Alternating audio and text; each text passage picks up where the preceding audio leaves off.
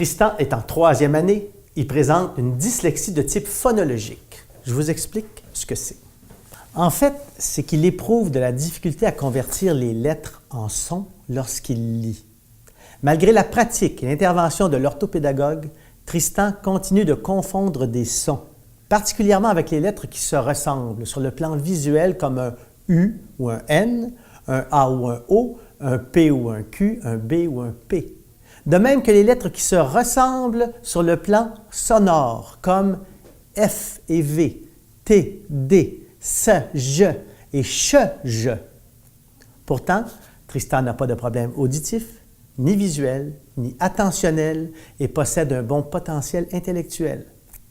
Il a par contre de la difficulté à traiter l'information en séquence, à s'organiser dans le temps, à suivre des étapes, des procédures, des consignes.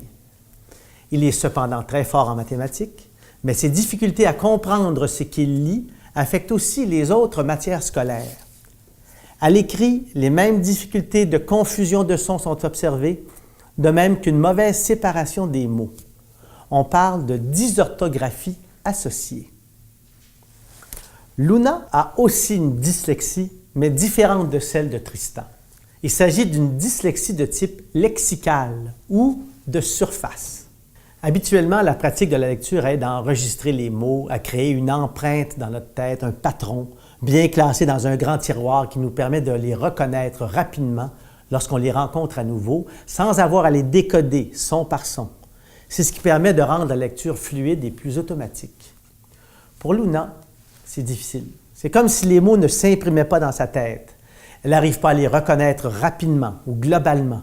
Elle a besoin de décoder chaque son, même si elle a vu ces mots souvent. Elle éprouve donc particulièrement de la difficulté avec des mots qui ne se prononcent pas comme ils s'écrivent, comme les mots « femme » ou « monsieur » ou « pays ». En écriture, la dysorthographie associée lui occasionne des difficultés à se souvenir de l'orthographe exacte des mots, qu'elle écrit alors plutôt au son.